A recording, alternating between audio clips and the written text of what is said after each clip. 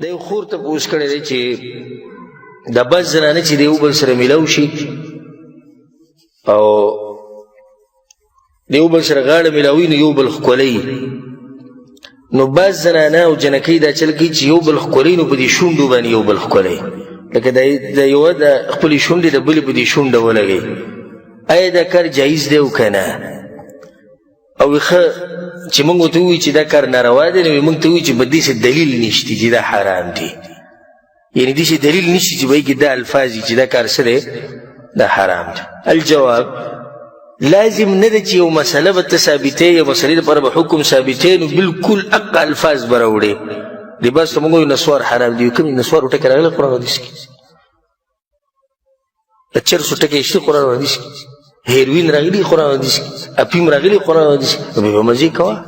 او که داسې هر شی الله ذکر کوي، هر شی، نو دا قرآن به دومره غټ وي چې ګرځولی به چا نه شوی. خو شریعت عامې قاعدې ذکر کړي دي، عام قانونونه ذکر کړي دي، په هغې کې ډېرې مسلې ننوځي چې هغه د قیامته پورې چې څومره مسلې راځي د هغې دپاره برابري، ځکه چې نوي نوي مسلې راوځي که نه. نو چې اوس الله هر مسله خوی نوم یې اخیستی، نو بیا خو به د هغه دور مسلې صرف خوی کم دور چې د رسول الله صلی الله علیه وسلم نو د وروستنیو مسلو سره به څه کوو؟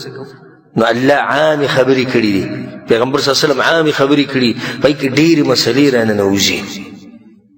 یوه قاعده شریعت دا یې ده چې هر هغه لار به بندې چې هغه ته حرام کار ته رسوي، دا د شریعت قانون دی، په دې خبره ځان پوه کوئ. هر هغه لار به بندې چې هغه ته څه ته رسوي، ته حرام کار ته رسوي. دا کار به مباح ومي خو نه به یې کوې، ولې؟ ځکه چې دا مباح ته حرام ته رسولی شي. او امام ابن القیم رحمه الله دې ته په عربي کې سد الذرایع وایي، هغه لارې بندول چې ته یو ناروا کار ته رسوي. امام ابن القیم رحمه الله یو کتاب دی اعلام الموقعین، په هغې کې هغه یو کم سل دلیلونه د قرآن او د حدیث نه راوړي دي په دې قانون باندې چې دا د قرآن او حدیث قانون دی. یو کم سل دلیلونه پرې راوړي چې هر هغه لار به بندې چې هغه ته څه ته رسوي، هغه ته حرام ته رسوي. اوس ګوره شریعت ته، شریعت ټول هغه لارې بندې کړي چې انسان زنا ته ورچوي او فاحشې کړي. لارې څنګه بنده کړې ده؟ مثال وی ښځه به سړي ته نه ګوري، ښځه به پردي سړي ته نه ګوري، نو سړی به پردۍ ښځې ته نه ګوري. او دا زنا ده، نو ولې حرام ده؟ ځکه چې تا زنا ته رسوي. ښه شریعت څه وایي؟ وی پردی سړی پردۍ ښځه دوی به یوازې نه یو ځای کېږي، په منځ کې دریم شیطان دی. ګوره شریعت لاره بنده کړه. شریعت وی سړی به د پردۍ زنانه سره لاس نه میلاوي، شریعت لاره څه کړه؟ بنده کړه. شریعت څه وی زنانه به بغیر د محرم نه سفر نه کوي، شریعت لار بنده کړه. دقه شان څه وی شریعت؟ وی ښځه به د ښځې عورت ته هم نه ګوري او سړی به د سړي عورت ته نه ګوري. نو زار شم د دې خوږ شریعت نه چې هغه لارې بندې کړي دي چې هغه مونږ ناروا کار ته رسوي. علما دا وایي، دې خبره کې سوچ وکړئ چې پلار، رور، مشران چې کوم د زنانه دپاره محارم دي، دوی هم یو داسې زنانه نشي ښکلولی چې کله د هغې نه فتنه جوړېږي.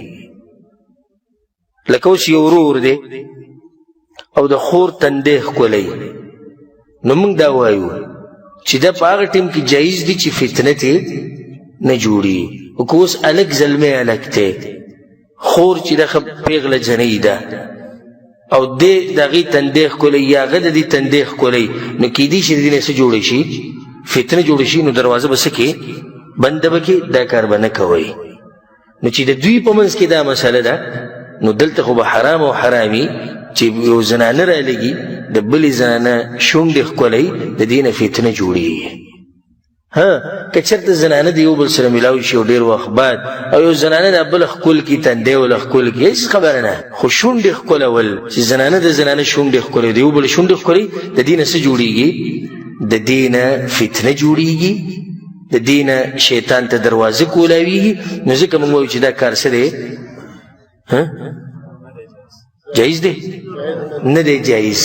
ولې نه دی جایز؟ حرام کار ته لار ده، دروازه ده.